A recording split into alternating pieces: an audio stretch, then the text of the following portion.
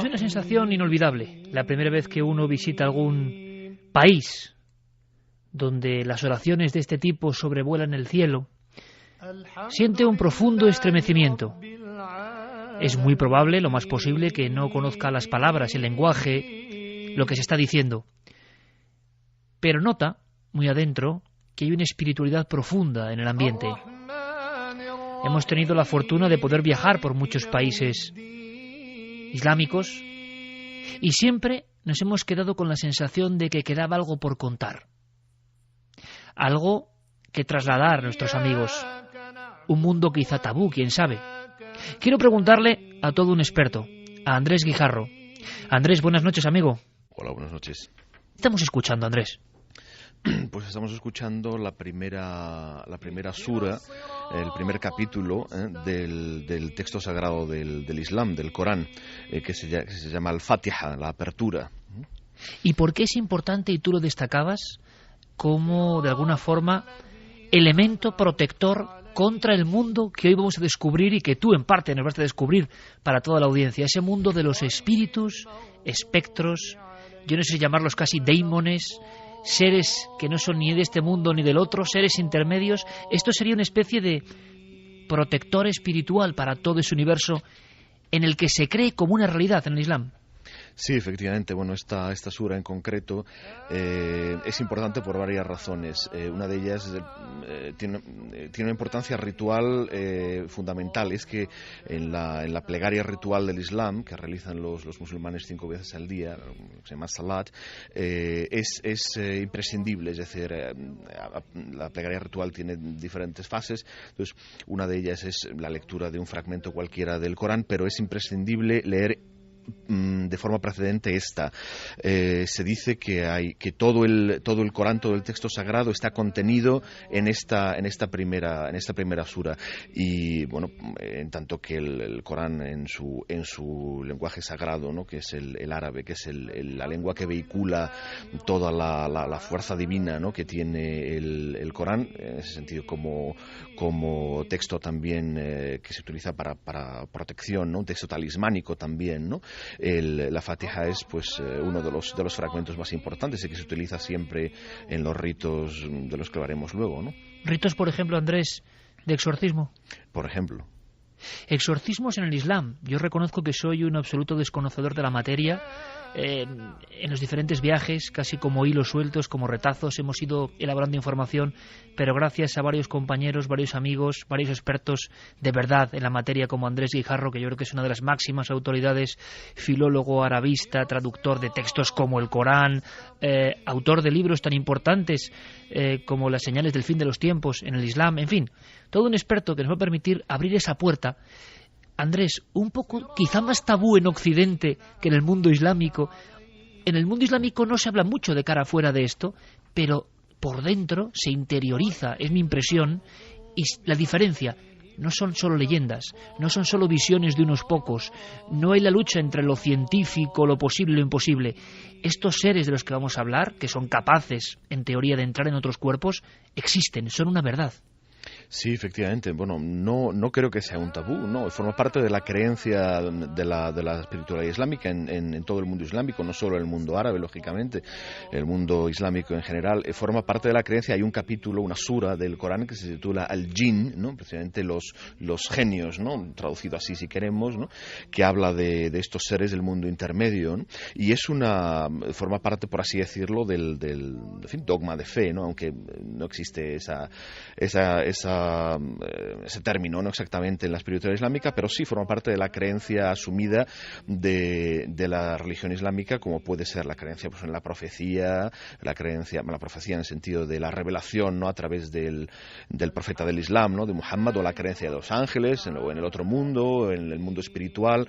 La creencia en el mundo intermedio es una realidad, estamos hablando de una de una visión del mundo no materialista, para que los oyentes nos entiendan, ¿no? En el que se concibe una pluralidad de mundos, en el que el nuestro es solamente uno de ellos, el mundo material, el mundo de las cosas que se perciben por los sentidos, está sumergido misteriosamente en una pluralidad de mundos que lo rodean, ¿no?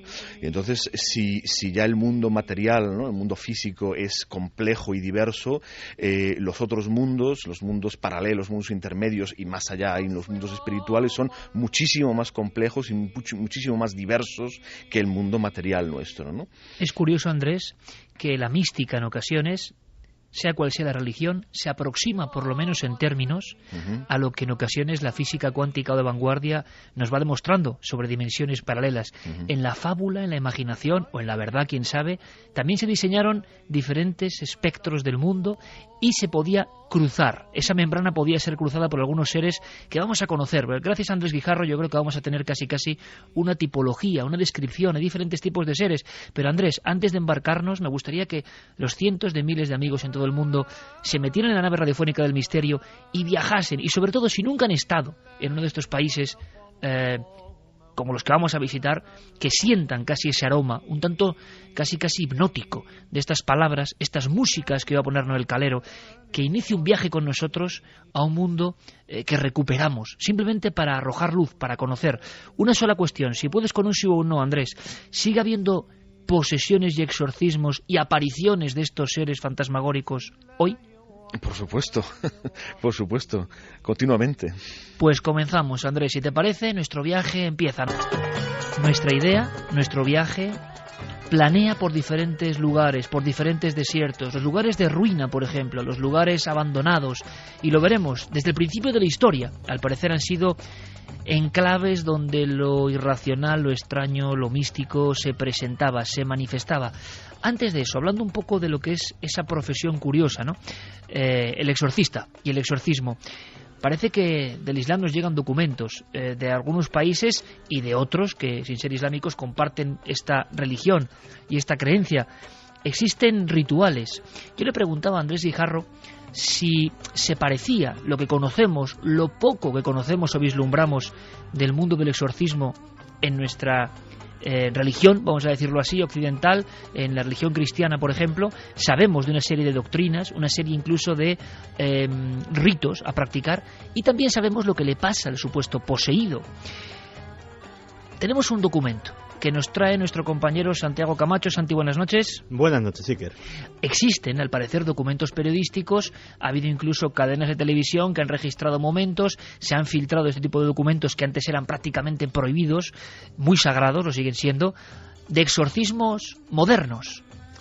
Exorcismos modernos y exorcismos prácticamente en todos los países, no ya del ámbito islámico, sino en todos los países incluso donde hay una amplia comunidad islámica.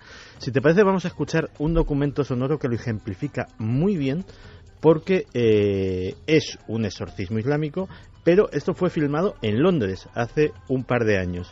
Y la verdad es que nos vamos a encontrar con cosas que, de las veces que hemos puesto exorcismos católicos en este programa, pues nos van a sonar mucho, si no las palabras, si no el idioma, nos va a sonar mucho la emoción bastante escalofriante de lo que sale por la garganta de la poseída o de la presunta poseída. Una cosa más, Santi, ¿puedes explicarnos en una viñeta visual para que a través de la voz nos hagamos una idea? ¿Qué es lo que se ve en imagen? ¿Qué acompaña este sonido? Pues mira, estamos en lo que parece un apartamento, ya te digo que es en Londres, pero está decorado con alfombras, una decoración típicamente árabe, y hay un personaje que es el imán, que está con una chica, una joven, poco más que adolescente, ataviada de blanco, que está sujeta de pies y manos por otras mujeres que están allí acompañando en la ceremonia, pero en absoluto silencio. Este hombre empieza a conversar de alguna forma con la chica o con lo que hay dentro de la chica, pero según va reconviniendo, va regañando al ser que la ha poseído, pues la conversación se va tornando cada vez más violenta. Escuchamos y luego nos sacará de dudas o nos aproximará más a la realidad nuestro compañero Andrés Guijarro. Escuchamos este exorcismo moderno en la comunidad árabe, en Londres en este caso. Jangan keluarkan dari badannya. Perhatikan, Jangan keluarkan dari badannya. perhatikan. Enggak. Perhatikan. Enggak. Oke, kalau kamu udah memperhatikan, maka akan saya bacakan Al-Quran depan kamu supaya kamu tersirat. A'udzu billahi minasy syaithanir rajim. Pegang, lagi-lagi pegang. Bismillahirrahmanirrahim. Kalau kamu keluar, kamu zalim. Nah, aku enggak mau keluar. Enggak mau. Desde luego, compañeros, da la impresión de que hay fenómenos universales. Sobre eso hemos preguntado en nuestra encuesta. Andrés Guijarro, compañero, es que esto le cambiamos, digamos, los atuendos, la creencia y las frases y nos encontramos con, para muchos, la misma histeria o el mismo problema mental, para otros un fenómeno espiritual real. Se estaba produciendo ahí el típico combate entre el hombre de religión, el hombre de fe y algo que se había metido dentro de, en este caso, una chica. No, sí, aparentemente sí. Hay similitudes y hay cosas diferentes entre el concepto de exorcismo en el mundo católico o mundo cristiano en general y mundo islámico. Hay efectivamente muchas cosas en común, pero hay otras que son diferentes. ¿Cuáles son las comunes? Vamos a intentar establecer una especie de comparativa para saber de este mundo que yo creo que es muy desconocido. Bueno, pues vamos a ver, cosas en común. En principio, un ser de naturaleza no humana entra o se aproxima lo suficiente a un ser humano como para robarle parte de su identidad y alterar su estado emocional, su estado físico y en algunos casos suplantarlo, digamos, de forma definitiva, ¿no? Eso en lo que, digamos, serían líneas generales, ¿no? En lo que respecta a la figura del exorcista, pues sí tiene que ser efectivamente un hombre de religión, en principio tener unos estudios religiosos, ¿no? En esa línea, ser un hombre efectivamente de fe, tener presencia de ánimo, tener fortaleza física y mental, conocer bien los rituales que se utilizan, digamos, serían los elementos en común. Y ya empezarían ahí las diferencias. El fenómeno de posesión por parte de un jinn, que habría que entender, primero explicar qué significa esto. O sea, en el mundo cristiano, el ser que posee es siempre un demonio o el demonio, es decir, un ser de naturaleza absolutamente malvada, satánica, desviada, y que lo que quiere es matar o destruir o hacer perder la fe de la persona a la que posee y de su entorno. Esto en el mundo islámico no es exactamente así. No es exactamente así. El que posee, o es la entidad, digamos, que posee al ser humano en el mundo islámico es un jinn, es un ser del mundo intermedio, y como decíamos antes, el mundo intermedio es un mundo mucho más complejo que el mundo físico. Es decir, hay una pluralidad de seres de este mundo, el mundo de los junun, ¿no? Que es el plural de jinn, ¿no? Habría seres, digamos, muy próximos a lo que en principio el jinni o el jinn es un ser que recibe en el Corán la categoría junto con el hombre de Thaqalan, es decir, los seres humanos y los jinn son Thaqalan, es decir, son dos seres que tienen peso literalmente, es decir, que tienen una entidad individual, no son seres del mundo angélico o de un mundo supraformal, son seres que tienen una entidad individual y desde el punto de vista legal de la jurisprudencia islámica, o sea, de la ley sagrada, son seres mukallaf, es decir, que tienen una categoría legal que les hace responsables de sus actos, son seres que tienen voluntad. Ahora bien, dentro de este mundo intermedio hay una pluralidad enorme de seres de naturaleza diversa. O sea, habría, como estábamos diciendo, los que tendrían una naturaleza próxima a la del ser humano y otros que serían seres periféricos, por así decirlo, y no siempre satánicos, no siempre malvados, no siempre demoníacos.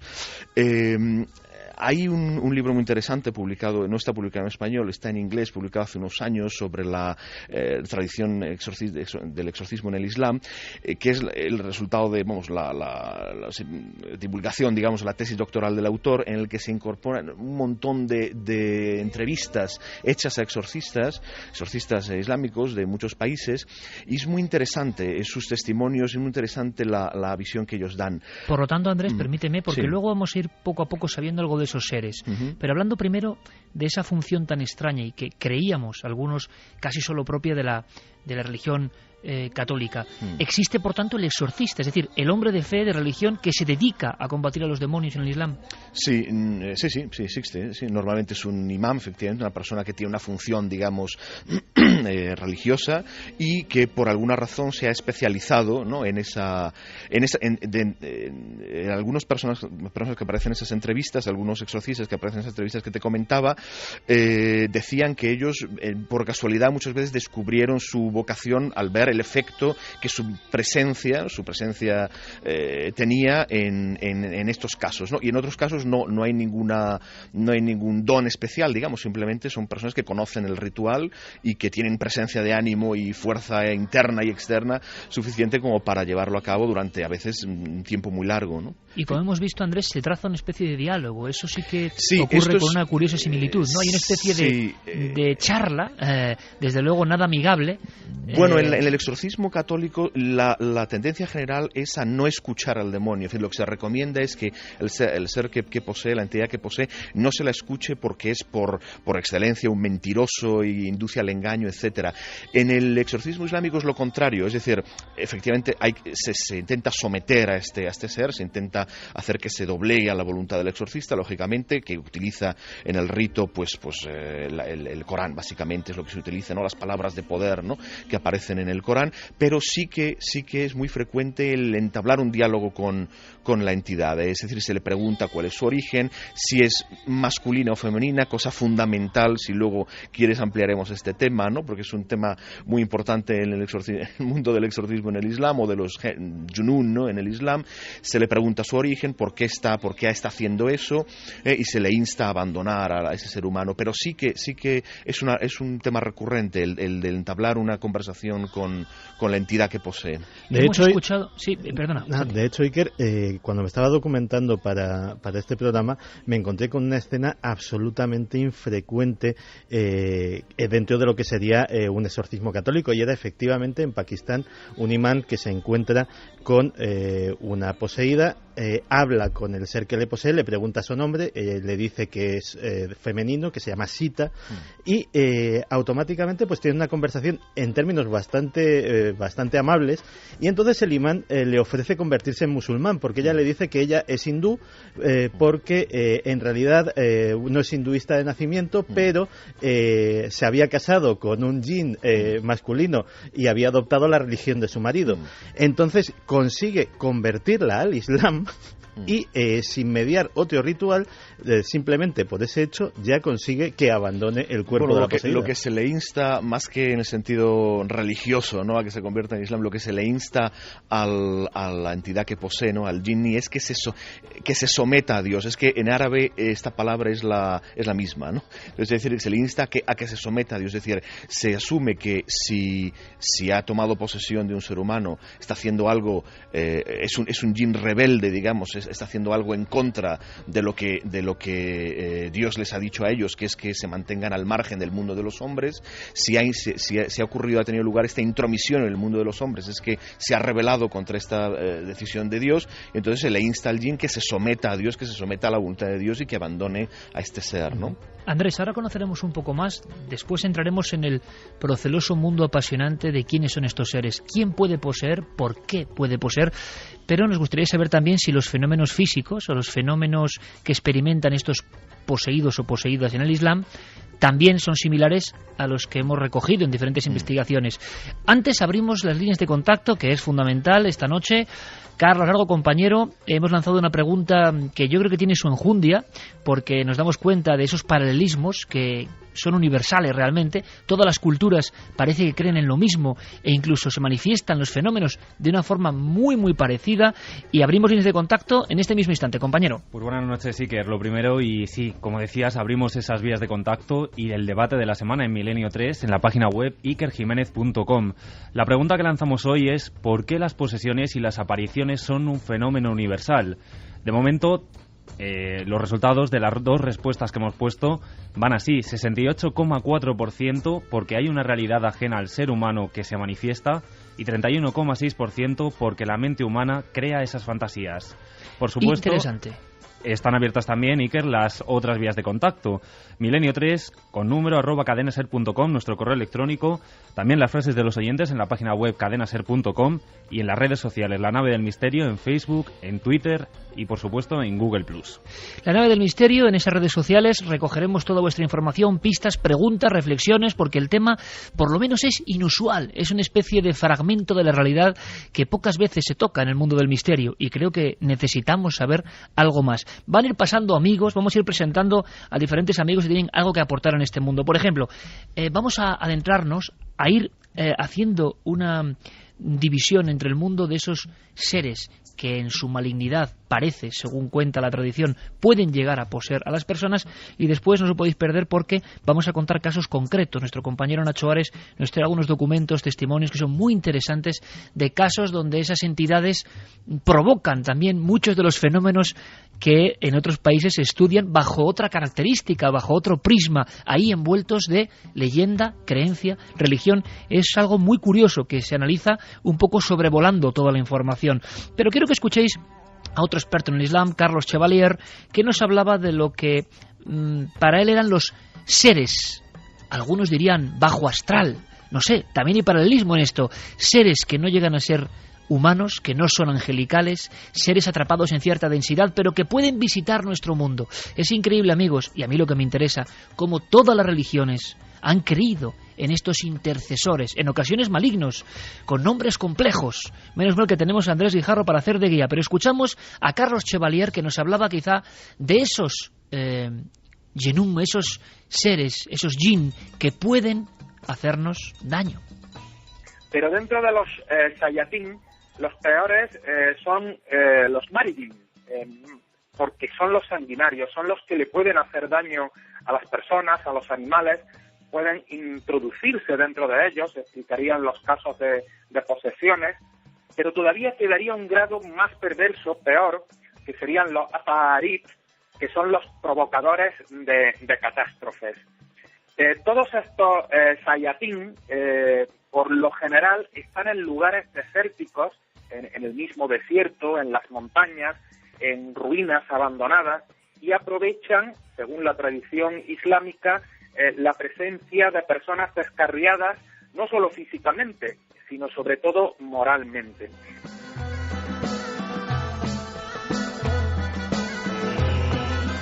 Arenas, ruinas, lugares desolados, vamos a visitarlos. Andrés, parece otra de las características, entornos propicios. Esto siempre me ha parecido muy interesante, porque arqueología y misterio, por muchísimos motivos, y nuestra audiencia lo sabe, han estado siempre como engarzadas, ¿no? En muchos lugares, en nuestra propia tierra, incluso en España, donde ha habido yacimientos arqueológicos, se van superponiendo como si fueran sustratos, precisamente de un yacimiento, de una cata arqueológica, otro tipo de sucesos y leyendas.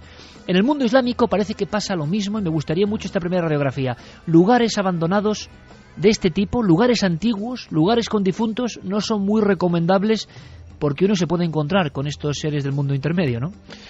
Sí, efectivamente. Bueno, hay el mismo profeta del Islam, el mismo Muhammad, recomendaba que cuando se pasara al lado de unas ruinas o de algún vestigio de una civilización ya desaparecida, que se pasara uno muy rápido y que se tapara la cabeza con su manto, ¿no? Él mismo lo hacía así, ¿no? A ver, los Junun están donde están los hombres.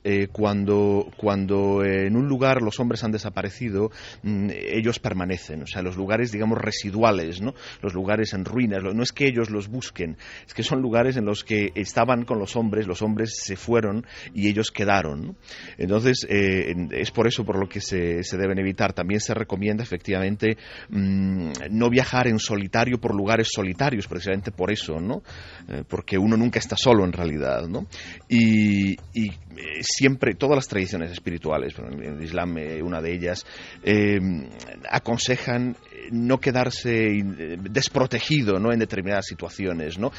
Para un hombre tradicional, para un hombre que pertenezca a una civilización tradicional, sería muy sorprendente, ¿no? Ver cómo en nuestra civilización moderna, contemporánea, los hombres nos encontramos en la mayoría de los casos en una situación de extrema vulnerabilidad y desprotección frente a realidades y mundos en los que estamos inmersos y desconocemos. Es decir, no llevamos a cabo ritos de protección, no tenemos ningún instrumento en nuestra civilización moderna, ¿no? Y materialista para protegernos de realidades que, bueno, en algún caso nos pueden perjudicar, ¿no? Andrés, ¿sabemos algo de esas realidades? En una religión de corte iconoclasta, de alguna forma, como el Islam, quizá no haya, claro, representaciones gráficas que nos puedan servir, pero ¿hay algún estudio, alguna crónica que hable de el aspecto? ¿Qué estamos hablando? ¿De una silueta, de algo inmaterial, de un aire, de una figura monstruosa? ¿Cómo son estos seres espirituales extraños? El Corán, el libro sagrado del Islam, que habla en el capítulo que habla de ellos, dice que fueron creados, dice literalmente, min marish min nar, que se traduce algo así como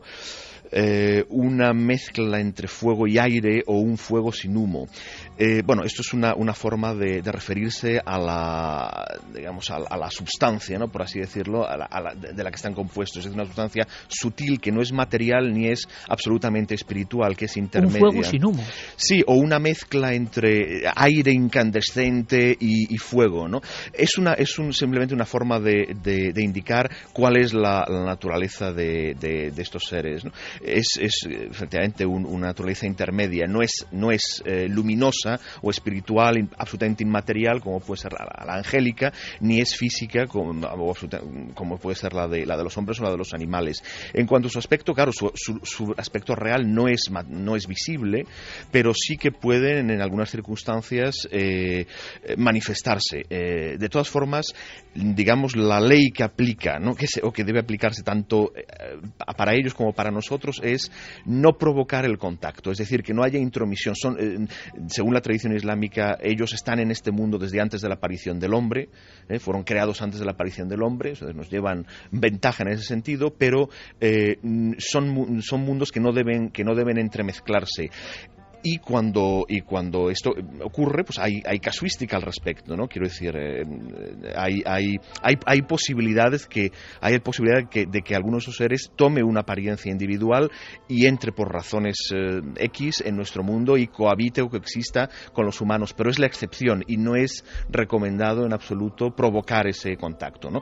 ¿Cómo se provoca ese contacto? Pues según la tradición islámica, por ejemplo, a través de, digamos, actividades invocatorias tipo magia, tipo brujería, lo que hoy llamaríamos pues la ouija, espiritismo. Es decir, son actividades invocatorias que abren puertas a seres de este mundo que no respeten la ley que se aplica tanto a ellos como para nosotros, que es la de no entrometerse, ¿no? Uno en el mundo del otro. Sí que se insiste en que ellos son mucho más conscientes de nuestro mundo que nosotros del suyo. Es decir, son en cualquier caso las cosas que se dicen, ¿no? En la tradición islámica de los Junun son las mismas que en las tradiciones occidentales antiguas se han dicho de los elementales, ¿no? Yo desde aquí recomiendo, por ejemplo, a nuestros oyentes, si se quiere conocer la naturaleza de estos seres en profundidad, que se acceda a un libro que sí que está publicado en español, del gran sabio del siglo XV, Paracelso. Es un libro que en español se tradujo el título como El libro de las ninfas o algo así, si no recuerdo mal. Está publicado, creo, en Obelisco hace ya algunos años, y ahí hace un examen pormenorizado de la naturaleza de estos seres, de la diferente tipología, etcétera, de la misma forma en que se puede hacer en la tradición islámica.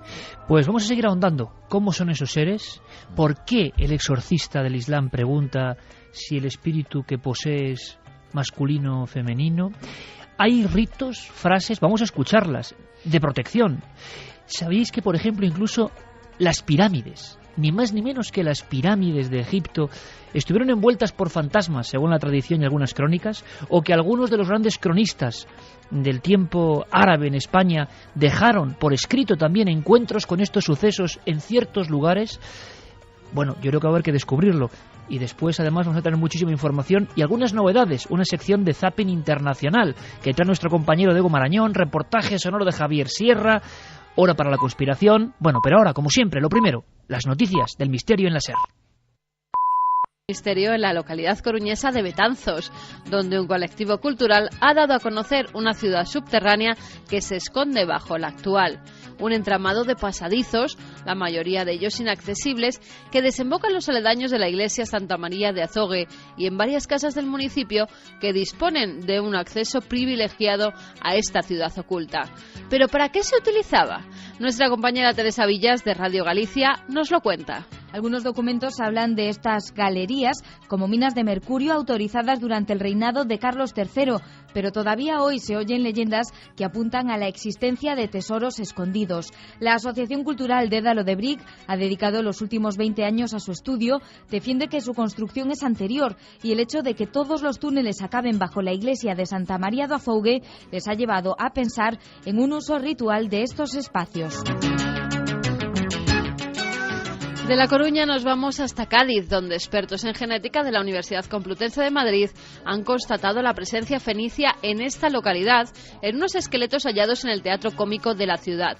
El paleopatólogo Manuel Calero nos habla de cómo estaban los cuerpos. A 4,5 metros de la altura del suelo actual aparecieron individuos sin enterrar y con signos de muerte in situ por hechos violentos. A uno se le pudo hacer un TAC y se supo que tenía una fractura de fémur y una malformación en la cabeza, en el cráneo. Estaba boca abajo y con la mano izquierda alzada. Junto a él, aproximadamente a 5 metros y algo, había otro individuo sin cabeza y con una gran piedra de unos 50 kilos sobre sus piernas.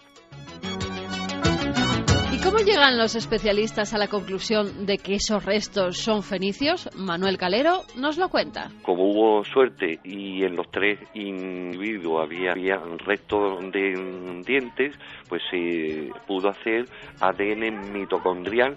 El individuo del siglo VIII ha dado un haplotipo, o sea, una secuencia genética absolutamente un ADN fenicio. ¿Y qué ocurre con el individuo más joven? El ADN muestra un 50% de marcadores genéticos típicamente fenicios y otros 50% del marcador genético que se llama H. Y vamos con una noticia sorprendente. Según publica el diario inglés Daily Mail, el expresidente de Estados Unidos, Eisenhower, tuvo 3 contactos con extraterrestres. Esto es lo que afirma Timothy Good, ex asesor del Pentágono y del Congreso de Estados Unidos. Al parecer, los encuentros se llevaron a cabo en 1954 en la base aérea Holloman, en Nuevo México. Eisenhower, con el apoyo del FBI, organizó estas cumbres interplanetarias donde los extraterrestres les hicieron saber que venían con intenciones pacíficas. Según Good, la primera reunión se concertó con humanoides de apariencia nórdica, pero el pacto de no agresión definitivo se firmó con una raza popularmente conocida como grises. En 2010, Henry McElroy, funcionario de New Hampshire, aseguró haber visto un documento secreto destinado a Eisenhower que corroboraría estos encuentros. Y continuamos en el interior de la Tierra, en este caso en una cueva de la península croata de Pelgesak, donde se ha hallado un extraño zodiaco. Se trata de fragmentos de un zodiaco de hace 2100 años que los científicos sospechan que sea la tabla del astrólogo helénica más antigua encontrada hasta ahora. Los estudiosos la han llamado la tabla Nakovane. Está realizada en marfil y sobre todo se pueden observar los signos de Cáncer, Piscis, Géminis y Sagitario. El arqueólogo y biblista Javier Alonso nos habla del interés que tenían los pueblos de aquella época por conocer el futuro. Bien, el hallazgo lo que confirma es que todos los pueblos mediterráneos, no solamente los más conocidos como los griegos o los romanos, todos estaban interesados en conocer el futuro de las personas y la forma habitual ya desde tiempos muy antiguos en Mesopotamia. es el conocimiento de la carta astral del recién nacido. La posición del Sol, la Luna y todos los planetas en el momento del nacimiento. La semana que viene, muchas más historias aquí, en Noticias del Misterio.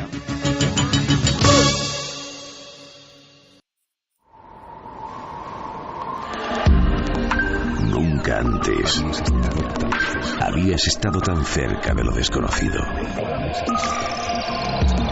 Milenio 3. Cadena SER.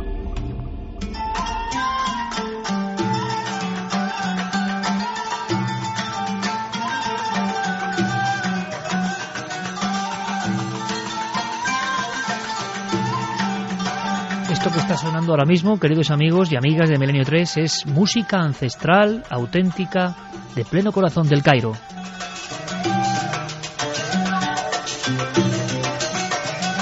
Y claro, uno cree vivir una película cuando se envuelve de todo esto, y más si persigue los misterios, como por ejemplo hace nuestro compañero Nacho Ares.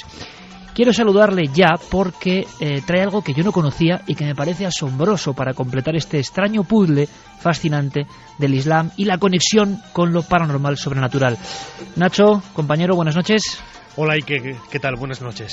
Yo no sabía algo que tú me contabas, que nos va a contar ahora uno de tus entrevistados allí in situ en el Cairo, y es la conexión entre las pirámides y los espectros, los jinn, que parece que rondaban por las ruinas más célebres de toda la Tierra, yo creo. Vamos a escucharle, si te parece, y luego me amplíes la información, ¿te parece? Perfecto.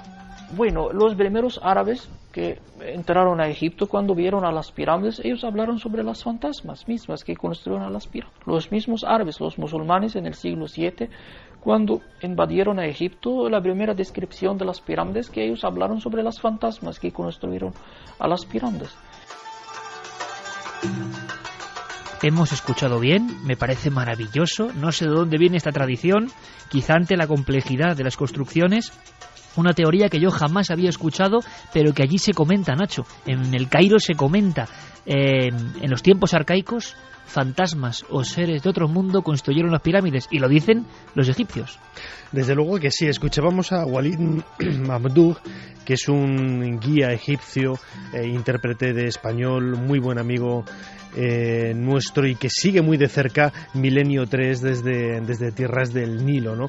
Y hace eco de una tradición que es milenaria. En efecto, como escuchábamos ahora en este testimonio, los árabes, los primeros musulmanes, cuando llegaron a Egipto y vieron las pirámides, vieron que aquellas construcciones eran realmente insólitas, desde luego no solamente por la forma, sino también por la interpretación que ellos hacían de esas construcciones.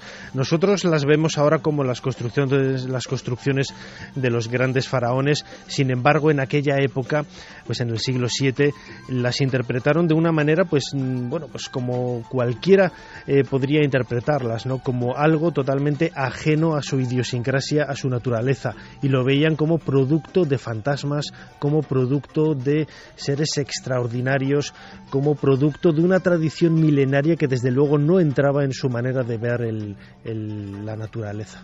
Oye, Nacho, y en otros lugares arqueológicos, tú que te conoces prácticamente palmo a palmo el país de los faraones, en otros lugares, en otros recintos, ¿existe también esta leyenda de que rondan los fantasmas? Desde luego que sí. Ahí fíjate, uno de los pioneros de la arqueología, que fue Wallis Budge, un inglés que estuvo de director del Museo Británico, pues cuando él estuvo excavando en Egipto a finales del siglo XIX, y bueno, más en concreto que en Egipto, en lo que es las pirámides de Meroe al norte de Nubia, pues el actual Sudán, él le llamó la atención que los guías que le acompañaban en un primer momento se negaban a acceder a estas necrópolis. Ellos siempre habían sido bastante recelosos de ir a estos lugares. Y fíjate, Iker, que él lo que cuenta en sus diarios de trabajo, lo que cuenta Wallis Budge, es que él tuvo que acercarse en primer momento en solitario, porque cuando los dos guías que iban junto con él para ir a ver estas pirámides, le dijeron: no, maestro, nosotros nos quedamos en este lugar y si quieres ir tú, adéntrate tú mismo a este lugar tenebroso e insólito y nosotros te esperamos aquí. Es mucho el miedo que tienen todavía los musulmanes en acercarse a estos lugares, ¿no? Porque están rodeados de secretos que para ellos siempre están vinculados al mundo de los fantasmas y de lo insólito.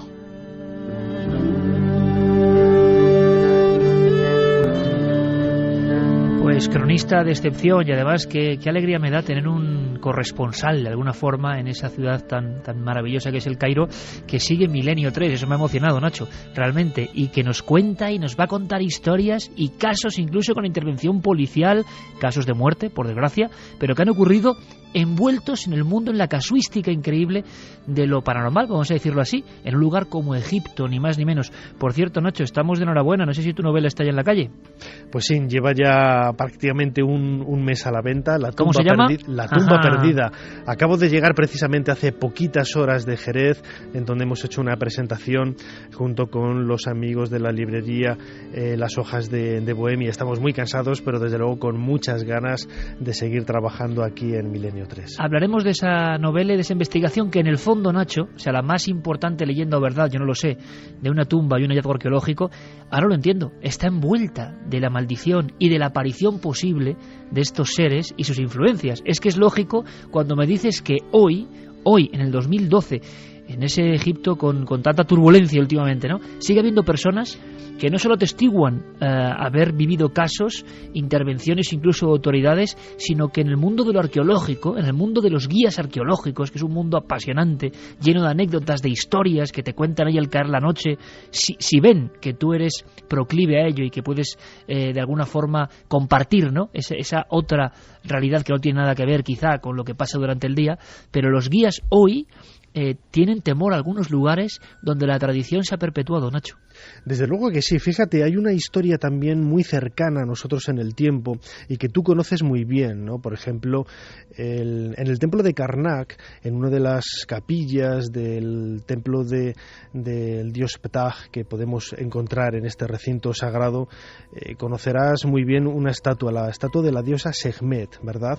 Es una estatua de granito negro que está iluminada apenas por un cenáculo, por una luz superior que hay en esta habitación y que convierte la estancia en un lugar casi mágico, en una puerta ancestral que conecta el mundo terrenal con el mundo de los fantasmas. Pues fíjate, cuando los arqueólogos ingleses excavaron este lugar a principios del siglo XX, se llevaron una desagradable sorpresa. Al poco de acceder a esta habitación y al poco de empezar a trabajar en ella, no solamente encontraron lo que hoy conocemos como la estatua de la diosa Sekhmet, sino que también pocos días después de que los obreros tuvieran primer conocimientos de esta estatua, los arqueólogos, como digo, se llevaron una desagradable sorpresa. Algunos de estos obreros habían entrado en la habitación por la noche y la habían hecho pedazos. Hoy lo que encontramos, o lo que podemos ver nosotros, es una reconstrucción de esa misteriosa estatua que por miedo al más allá, los árabes la habían destrozado en miles de trozos. Es decir, un miedo que se perpetúa, que queda en las piedras, que queda en algunos lugares, pero hay algo más. Nuestro corresponsal Cairota nos habla de eso que nos interesaba, la posibilidad de que uno de estos seres del inframundo, vamos a llamarlo así, con esa descripción tan fenomenal que ha hecho Andrés Guijarro y que es tremendo, ¿eh? Los antiguos cómo atinaban, o sea, con pocas palabras cuentan cosas que retumban en nosotros, porque parece que las reconocemos. Un fuego sin humo, ¿eso no es una especie de ascua, de resplandor? ¿Qué es eso? ¿Seres luminosos? Nos habla nuestro buen amigo en el Cairo de la posibilidad de posesiones, nos habla de casos que se investigan, de casos que ocurren, de historias de las que por supuesto queremos saber mucho más. No tenemos un texto en la religión musulmana o por ejemplo en el Corán que está hablando sobre esto, pero son tradiciones, leyendas que dicen que algunas veces, por ejemplo, una persona del otro mundo está, por ejemplo, enamorado con una persona viva y puede ser hombre o mujer, claro, puede ser del otro género, y él puede hacer problemas para él, causar problemas para él en su vida, le impide de casarse, por ejemplo, puede hacer obstáculos en su camino del casamiento, y muchas veces puede causar, por ejemplo, el divorcio.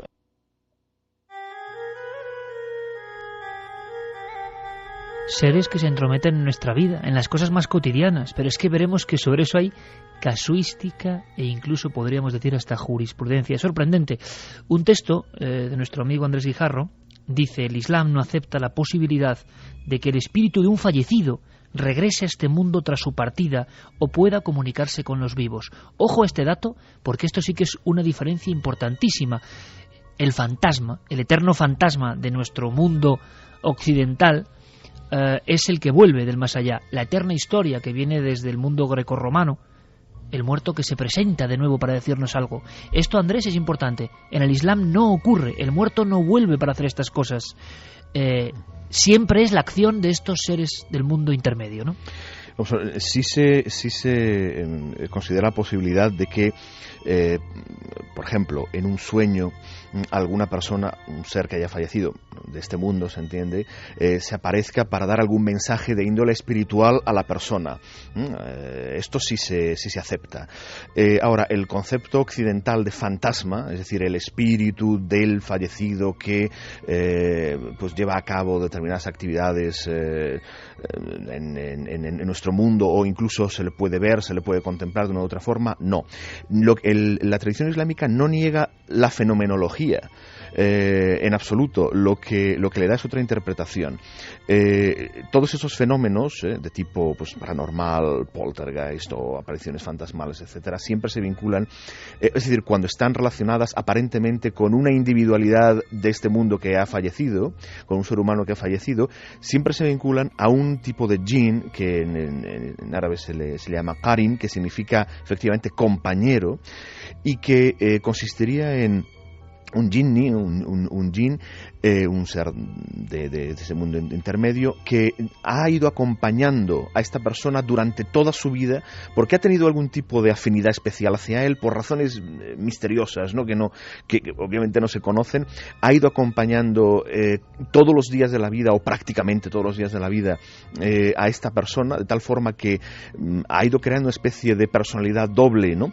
De forma que si este qarin no es bueno, digamos, es de naturaleza negativa, cuando la persona, el ser humano, ha fallecido, y según la tradición islámica, pues su esencia espiritual ya está en el mundo espiritual y no va a volver de ahí, no va a comunicarse con los seres humanos.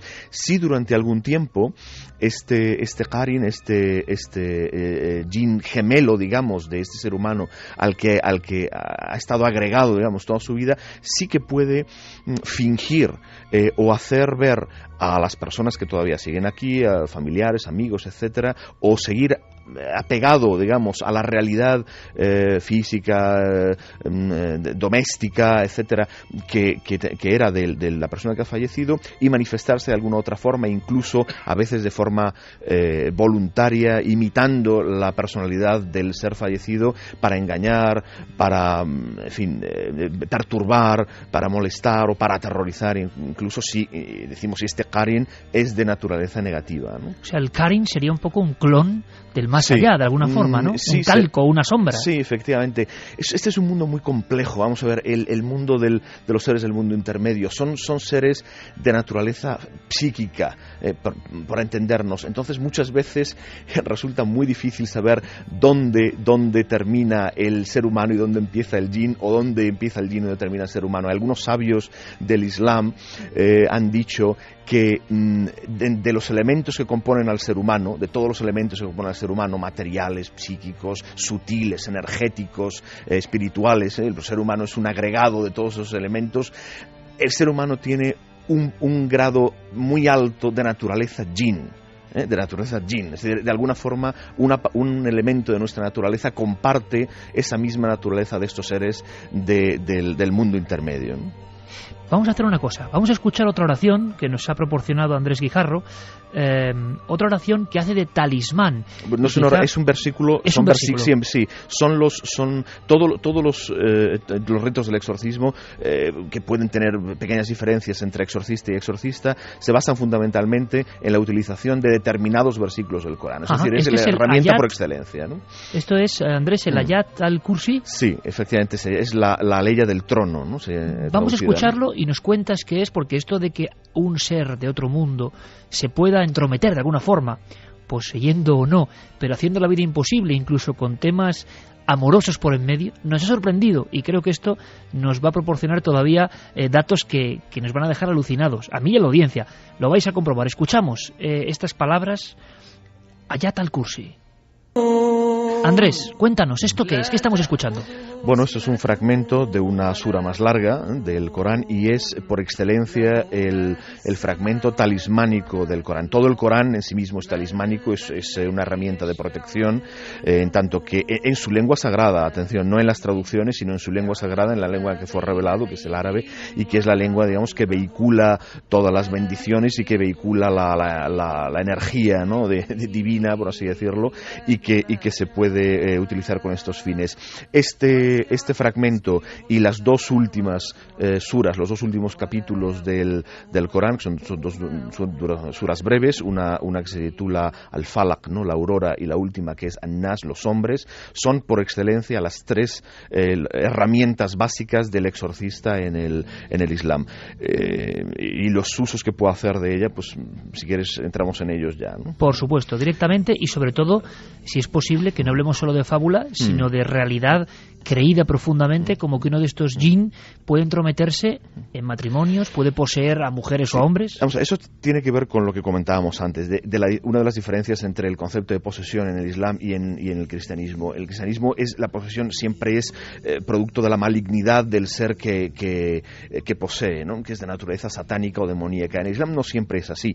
Hay veces que sí y hay veces que no. Hay veces que es producto de una especie de obsesión que tiene este ser por un ser humano. Entonces, podemos decir que un grandísimo porcentaje de las posesiones en la tradición islámica vienen de seres que en la tradición occidental se les denominaría íncubos o súcubos, es decir, seres que entran o se vinculan de alguna forma al ser humano por una pulsión de índole sexual, una especie de atracción de naturaleza sexual, o el equivalente que sea para ellos, ¿no?, en su mundo. De forma que hay muchos de los ritos del exorcismo, cuando el exorcista le pregunta ¿por qué te has entrometido en la vida de esta persona? ¿Por qué has entrado en ella? La respuesta del jinn es que le ama o que le desea o que quiere casarse con él o que está enamorado de esta persona y que no le va a dejar, etcétera, ¿no? Es muy, muy, muy frecuente, muy frecuente. Y en esos casos no sería una posesión de naturaleza satánica, sería producto de una obsesión o de obsesión amorosa, qué curioso. Sí, o de un especial una especial afinidad de algún tipo que se nos escapa obviamente por parte de estos seres del mundo intermedio, de estos Junun, hacia esta persona en concreto, ¿no?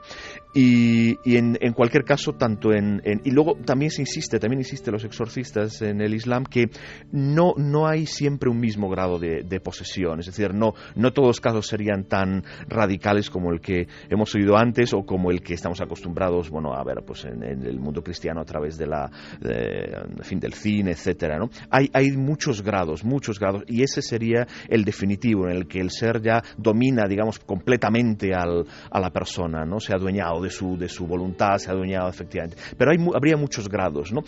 Manifestaciones de obsesión espontánea, ¿no?, por parte de la persona, ¿no?, del ser humano, me refiero en este caso, ¿no? U otros muchos grados, ¿no?, de posesión por parte de este ser. En cualquier caso, el ritual siempre consiste en la lectura sobre la persona, ¿no?, poseída de estas aleyas. En algunos casos se utilizan elementos, por ejemplo, el agua o el agua de rosas o el aceite de oliva puro, sobre el que se recitan, ¿no?, estas aleyas, es decir, se carga este soporte, ¿no? En este caso el agua de rosas o el aceite de oliva, se convierten en soporte que va a vehicular esta energía que transmiten estas palabras sagradas, y bien se le hace beber a la persona, bien se le baña con ella, bien se le dan masajes o se le fricciona, ¿no? con esos elementos ya cargados, pero básicamente es la lectura, la recitación una y otra vez de estas aleyas concretas o de otras que siguen un orden especial. El orden especial de los versículos del Corán para el exorcismo es un orden que ya estableció el profeta del Islam, el profeta Muhammad, que él exorcizaba, lógicamente, como exorcizó Jesucristo y como han exorcizado todos. ¿Él exorcizaba? Sí, por supuesto, como exorcizó Jesucristo también a los posesos, y como exorcizó el Buda, y como exorcizaron todos los fundadores o grandes seres, ¿no?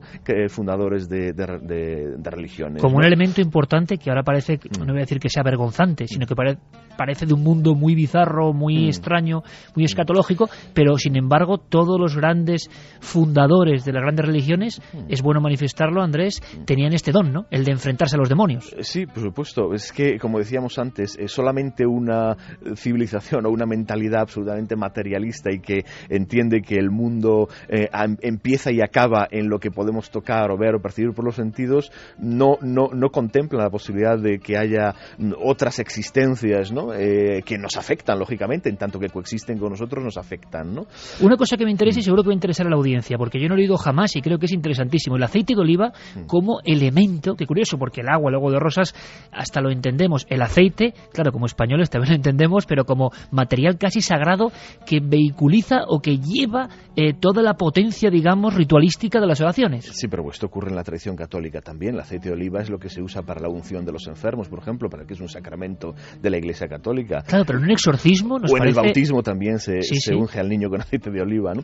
Sí, en el exorcismo no, efectivamente. En el exorcismo, el exorcismo católico utiliza el agua bendita, ¿no? Y este agua en el Islam se bendice recitando sobre ella o recitando y soplando sobre ella las aleyas, ¿no? Los versículos del Corán, ¿no? Andrés, fenomenología en el poseso, en el poseído. En esos casos más dramáticos, ¿qué se manifiesta?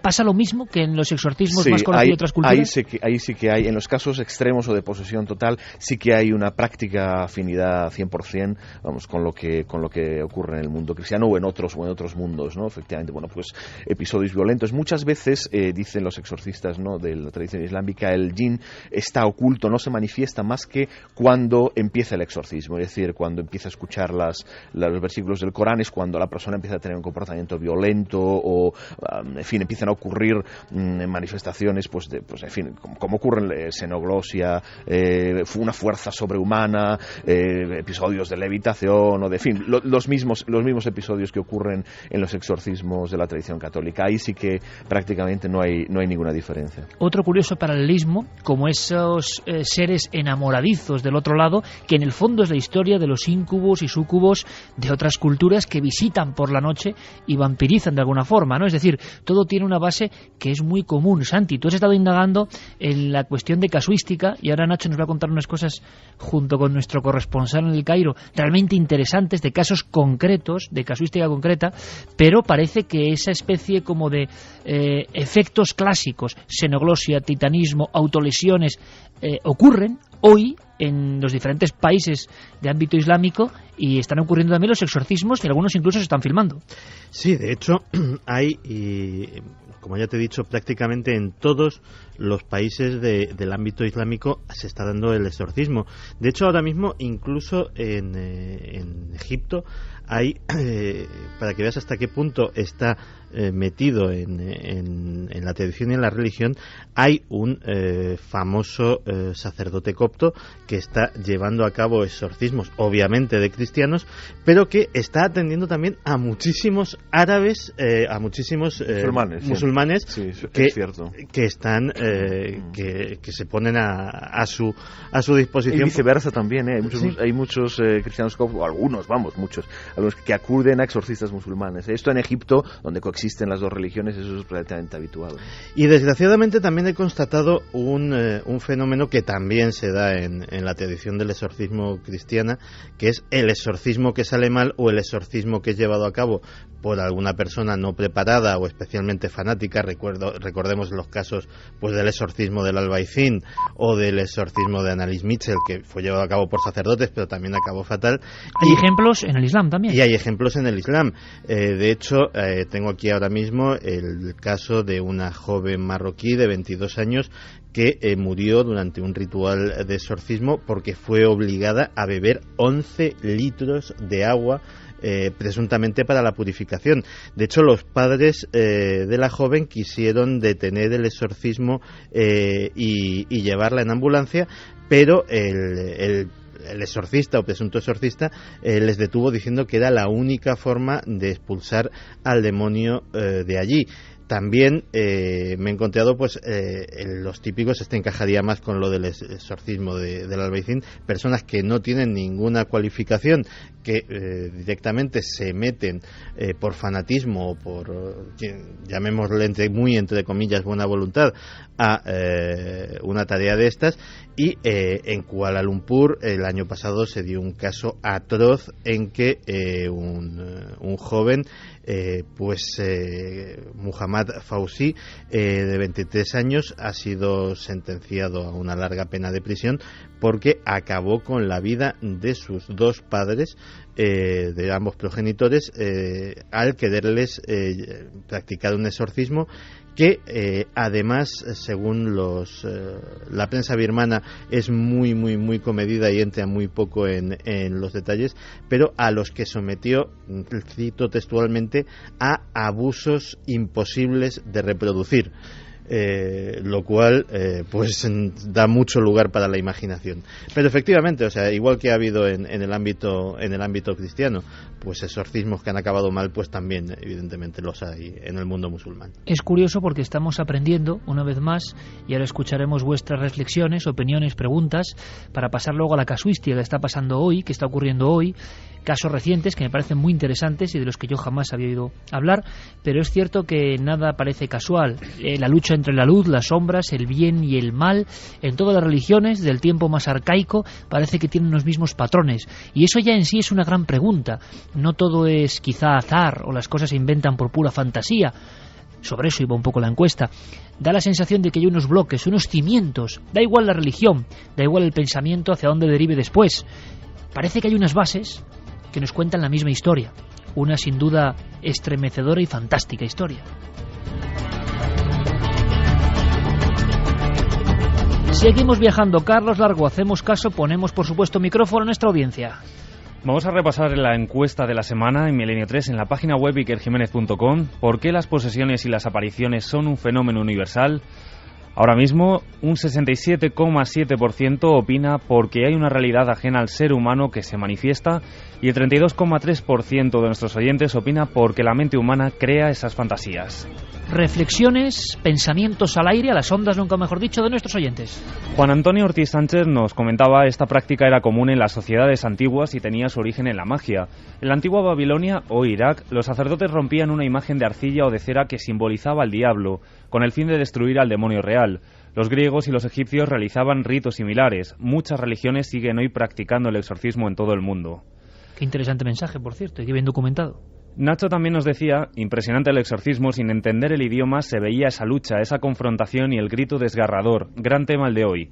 Diego Brito Álvarez, la primera, nos se refiere a la respuesta de la encuesta, a la de que es una realidad ajena al ser humano.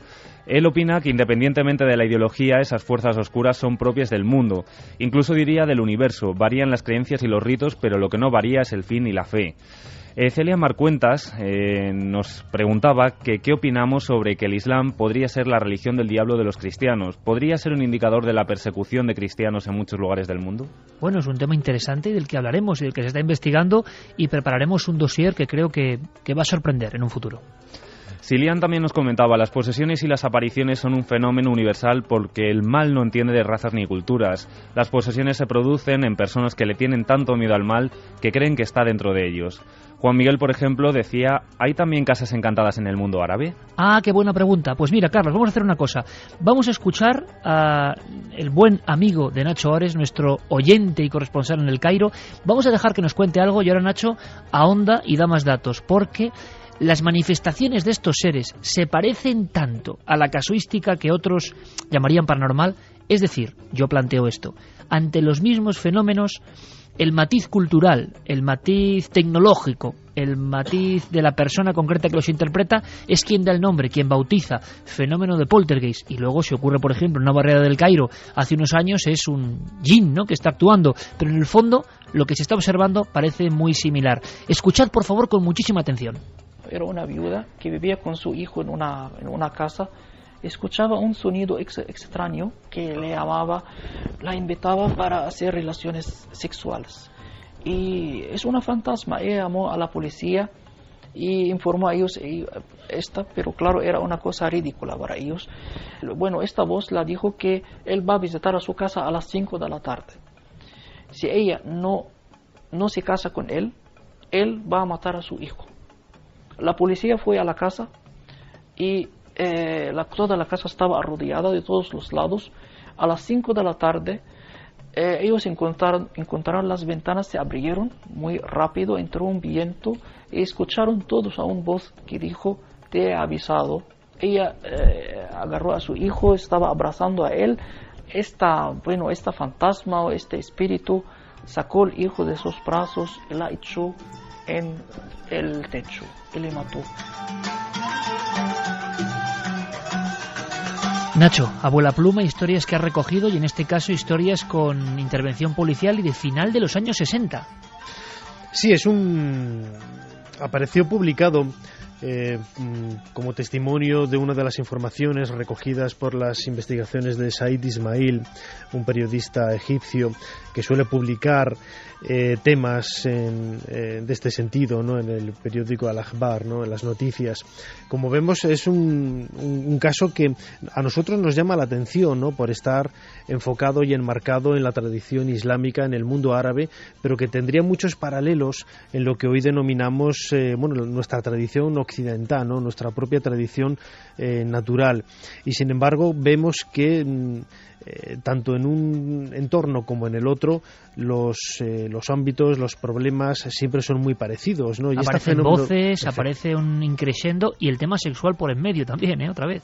Efectivamente, antes lo comentaba Andrés Guijarro, el tema sobre todo, como bien comentabas ahora, de la fenomenología extraña y sobre todo con esos pequeños matices, esos flecos vinculados al mundo de la sexualidad de los jinnas, pues nos resulta bastante curioso, ¿no? Y tiene una serie de salientes que todavía no tienen explicación.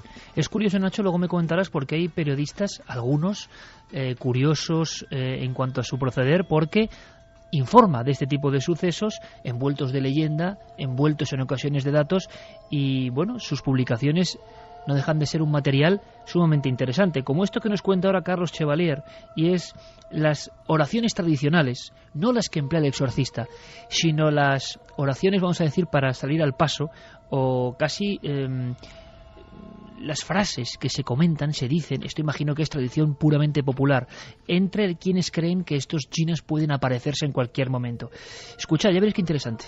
La más efectiva dicen que es pronunciar la frase en el nombre de Dios en árabe, Bismillah.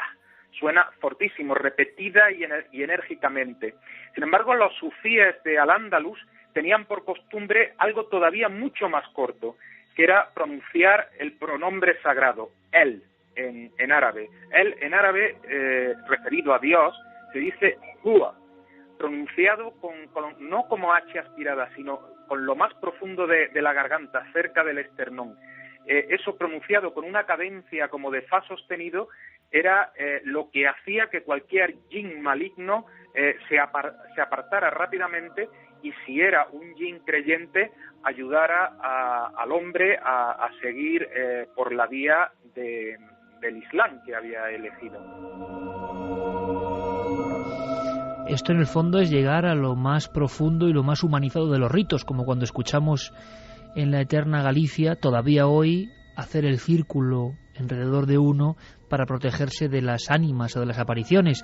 Pequeña ritualística, ¿no? Pero muy interesante, un valor antropológico tremendo. Como, por ejemplo, este gesto que me sorprende porque lo he escuchado en algún otro lugar del mundo. Veréis qué curioso. Hay algunas costumbres, por ejemplo, extrañas que hacen, por ejemplo, en la boda, en las zonas, por ejemplo, populares, que, por ejemplo, el novio o el marido pone su ropa al contrario, al revés. Bueno, él dice que esto también para expulsar a los espíritus y los genios, algo así. Por ejemplo, él pone la ropa íntima al contrario. Ritos cotidianos, Nacho, ritos cotidianos que se siguen practicando en el Cairo del 2012. Desde luego que sí, nos hace ver un poco, bueno, esa frontera, ¿no? Ese limes tan sutil y en ocasiones difícil de interpretar y de concebir, en el sentido de que este tipo de tradiciones pues rompen este tipo de, como digo, de fronteras, ¿no? En ocasiones, Andrés también seguramente tendrá más información para aportar datos. En el mundo musulmán, todo aquel fenómeno extraño, todo aquel fenómeno insólito siempre se relaciona con el mundo de los jinn, ¿no? De los espíritus, de los jinnas. Y sin embargo, la manera más sencilla de buscar protección ante lo insólito es el Corán, ¿no? Cualquier objeto sagrado, cualquier objeto cotidiano, mejor dicho, adquiere esa sacralidad llevando escritos sobre él versos del Corán, ¿no? O el simple gesto de mencionar el nombre de Alá, el nombre de Dios, sacraliza y parece proteger a las personas que puedan tener este tipo de problemas, ¿no? Es uno, por ejemplo, de los amuletos más famosos del mundo árabe, es la mano de Fátima, ¿no?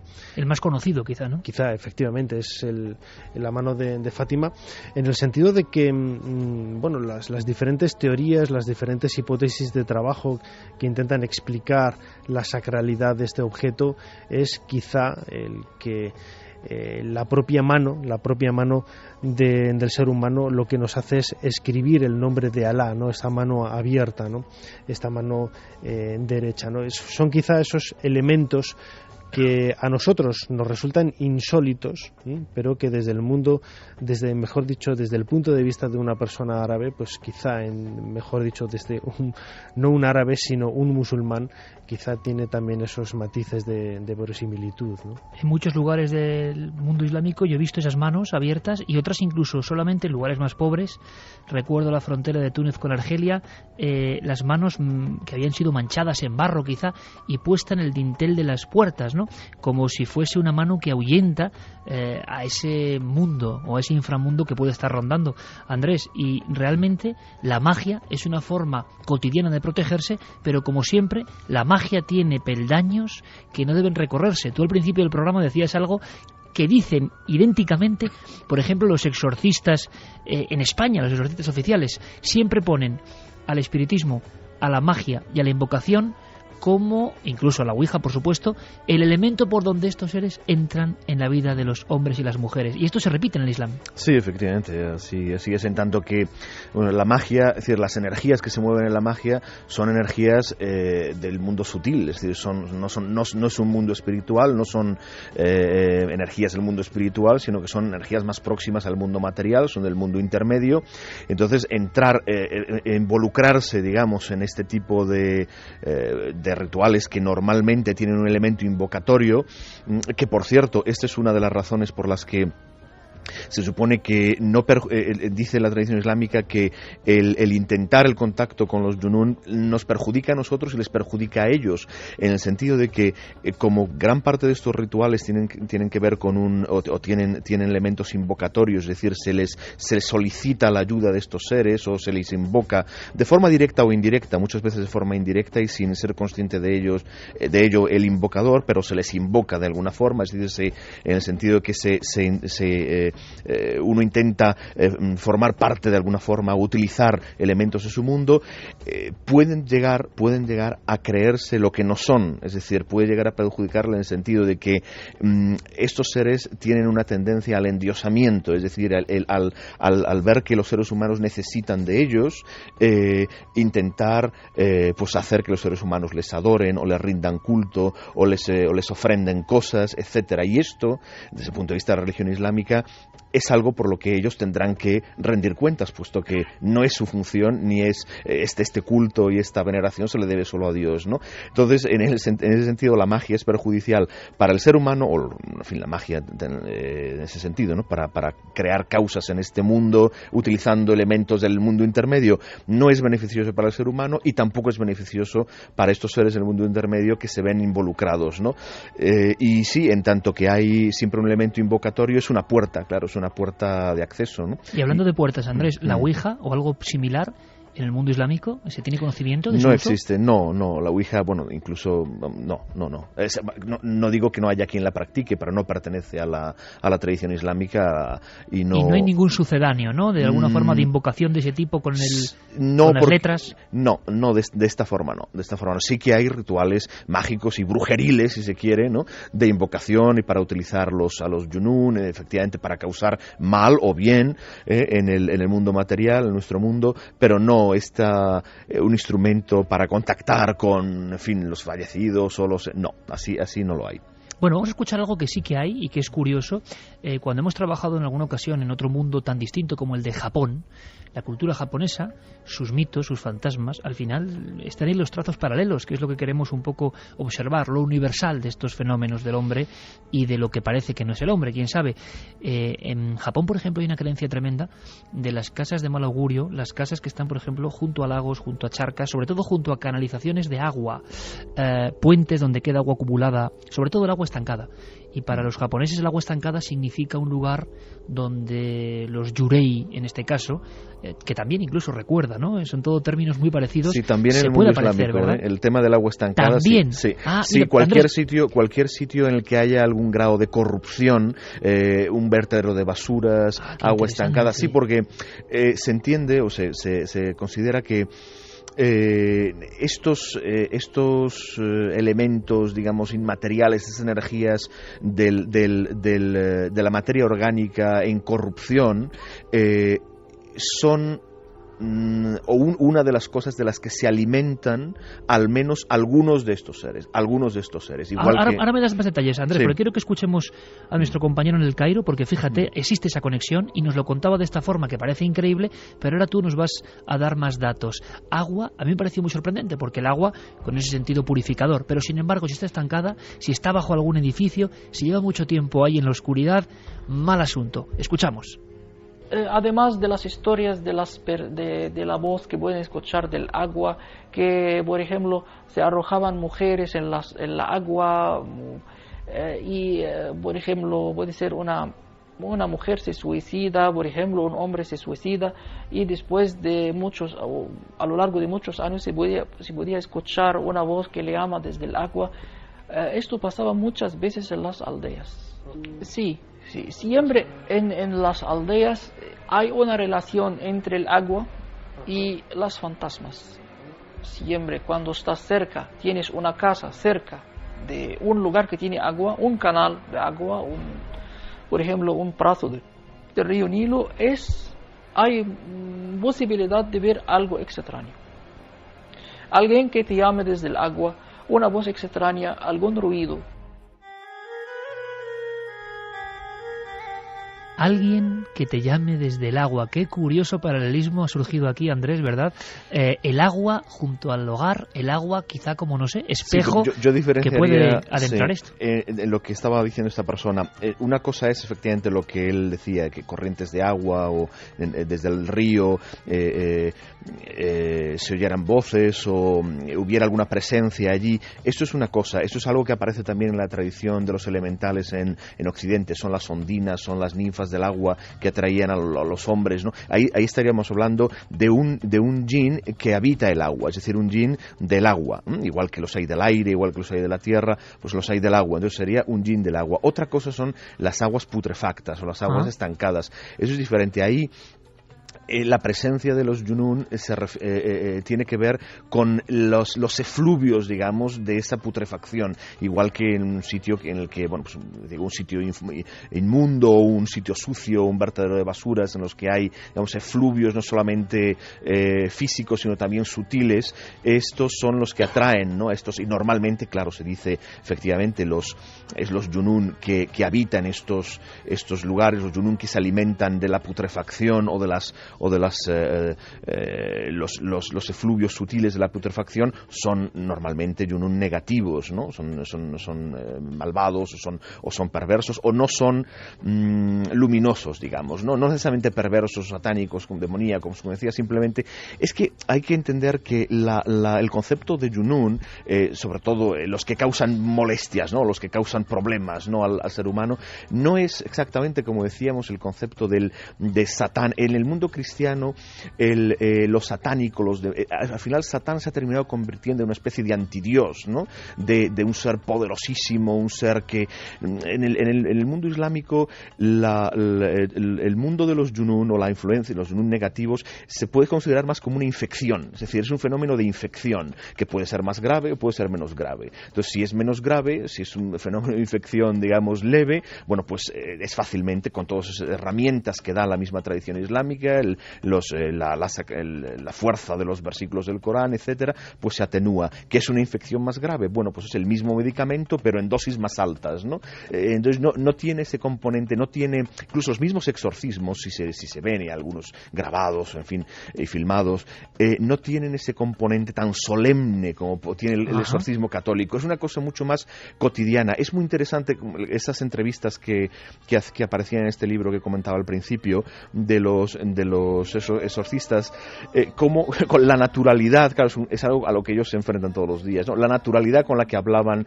de los diversos grados de posesión, de cómo afrontaban ellos el ritual, en fin, de forma muchísimo más cotidiana, muchísimo más natural que no el exorcismo como lo entendemos y que nos viene a la cabeza pues cuando mencionamos la palabra exorcismo. Nos aparece el padre Carras inmediatamente, claro, y la película, ¿no? Con toda esa parafernalia y todo eso. Pero no, quizá, Andrés, es porque sí, se cree realmente en ello, porque da la sensación de que en muchas ocasiones incluso hay cierta lejanía, incluso de los propios exorcistas, y hemos hablado en alguna ocasión con ellos, bueno, cierta lejanía del fenómeno. Quizá en el mundo islámico esa creencia es mucho más verdad, ¿no? Yo creo que quizá por eso que te comentaba, por el concepto de lo demoníaco paranormal, ¿no? En el cristianismo es algo que está lejos y se teme mucho porque se le da una entidad que no se le da en el mundo islámico. En el mundo islámico, efectivamente, estos yunun, esos seres del mundo intermedio, algunos pueden ser satánicos, algunos pueden ser demoníacos, pero la mayoría son, es decir, cuando se entrometen, digamos, o cuando molestan o perjudican al ser humano, es bien por estos casos de obsesión de naturaleza extraña sexual, bien por ignorancia muchas veces, ¿no? Ellos mismos lo dicen, los exorcistas lo dicen cuando interrogan a estos yunun, muchas veces son ignorantes, son seres casi de una naturaleza casi animal. Es decir, decíamos que el mundo intermedio es mucho más complejo y la variedad, ¿no? de mundos y en la tradición islámica tradicional, incluso cuando se habla de los yunun, se habla de tribus, de naciones, de jerarquías, con una gran variedad, con una gran es un mundo pues muy complejo, ¿no? Resulta un poco escalofriante, Andrés, porque es un poco también el retrato de las razas del inframundo, ¿no? Vamos a hacer una cosa, por lógica, no podemos dejar nuestro país, España, a un lado, con toda la tradición. Lugares como Granada, por ejemplo, están repletos de historias, pero historias que como en un bucle curioso, como si estos seres, sea lo que sean, no supiesen de nuestro tiempo, nuestro espacio, nuestras convenciones, siguiesen apareciendo. Y fijaos, casi como colofón a este planeo por este mundo del que no se habla habitualmente. Una sorpresa grande me la dio un juez, ni más ni menos, y un abogado del Estado, un hombre importantísimo y además gran cronista en Granada, César Girón. Le pido a nuestro compañero Noel Calero que localice el documento de César Girón, porque en siglo XXI hubo varias observaciones, claro, en el entorno próximo a la Alhambra, en entornos próximos con una historia muy bien definida y que conecta con todo esto que estamos hablando, y se hablaba de la figura de un niño vestido al modo árabe. Pero claro, hablamos de un caso que fue investigado, que hubo juicios e investigaciones por parte del Tribunal de Menores, que hubo una serie de historias extrañísimas, puro expediente X, pero las apariciones ocurrían en zona de ruinas. Y además, como si fuese final y colofón de todo esto que hemos contado, parece una de esas historias de amor, quién sabe, pero claro, con documentos judiciales, con actas. Es una historia sorprendente que quiero que escuchéis en boca del propio investigador, del propio juez, César Girón. Es un suceso muy reciente de una niña que decía tener la visión de un niño moro que la perseguía, que se asomaba a la ventana del dormitorio en que dormía, que la despertaba por la noche, que se reía a su lado, que le tiraba del pelo, bueno, en definitiva, que estaba junto a ella casi incesantemente y que además la molestaba. Y es un supuesto muy reciente, tan reciente como de principios de este siglo, del año 2002, tanto que dio lugar a que esta niña fuese tratada por un equipo interdisciplinar, por médicos, psicólogos, pedagogos, y en principio se llegó a la única conclusión de que se trataba de una niña que estaba enferma, que presentaba una modalidad de neurosis. Ahora, lo realmente sorprendente es que la niña, que estaba en una institución del barrio de la Albaicín, fue trasladada a otro lugar fuera de la provincia de Granada, y solo con eso dejó de referir esta circunstancia. El acoso de este niño molesto, este ente que decía que la perturbaba y que ella describía como un niño vestido de moro. E insisto, hablamos del año 2002. Esto es un buen punto final, ¿verdad? Porque estábamos hablando tradiciones, leyendas, antigüedad, textos sagrados que ya casi nadie entiende en el mundo moderno y tan aprisa, y de pronto, desde el ámbito judicial, una investigación en un lugar ni más ni menos como Granada, que no es cualquiera cosa, ¿verdad? Y la aparición de el típico ser quizá de entre dos mundos. Yo no sé qué es ni deja de ser. Sé que existen los expedientes, que existe la investigación y que tenemos la fortuna de que una autoridad en el ámbito de la justicia nos lo cuente. Esa niña se alejó de ese lugar y dejó de ver esa historia. Una historia que es el calco de lo que Andrés Guijarro, de lo que Nacho Ares y Santiago nos comentaban, ¿no? De la tradición. Pero la tradición a veces, algunas veces, parece que sigue presentándose y manifestándose.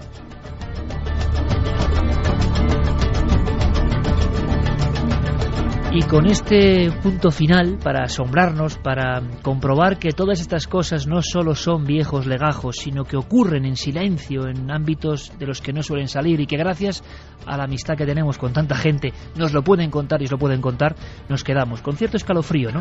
¿Quién sería ese niño, esa aparición? ¿Un djinn? ¿Quién sabe?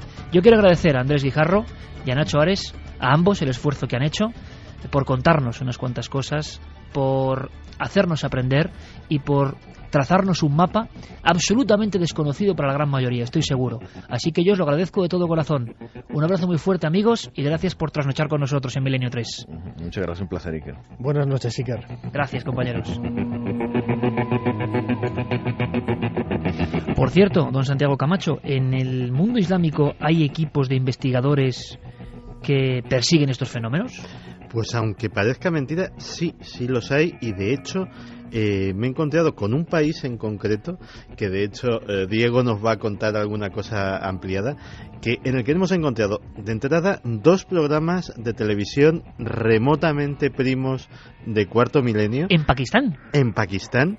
Y un equipo de investigadores, un auténtico grupo de cazafantasmas, como los cazafantasmas norteamericanos de los que hablábamos hace algún tiempo en nuestro programa de televisión, que van y son relativamente conocidos y van a programas de televisión a contar sus experiencias allí por todo el país, en el muy islámico Pakistán.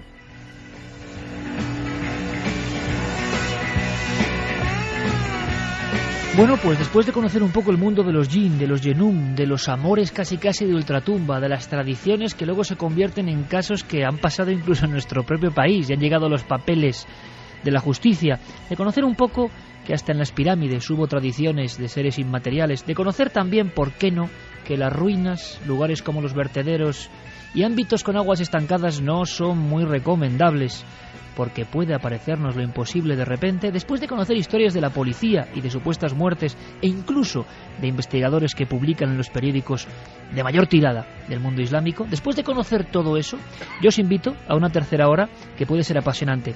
Se nos ha ocurrido algo que os voy a contar, lo hemos llamado zapping internacional.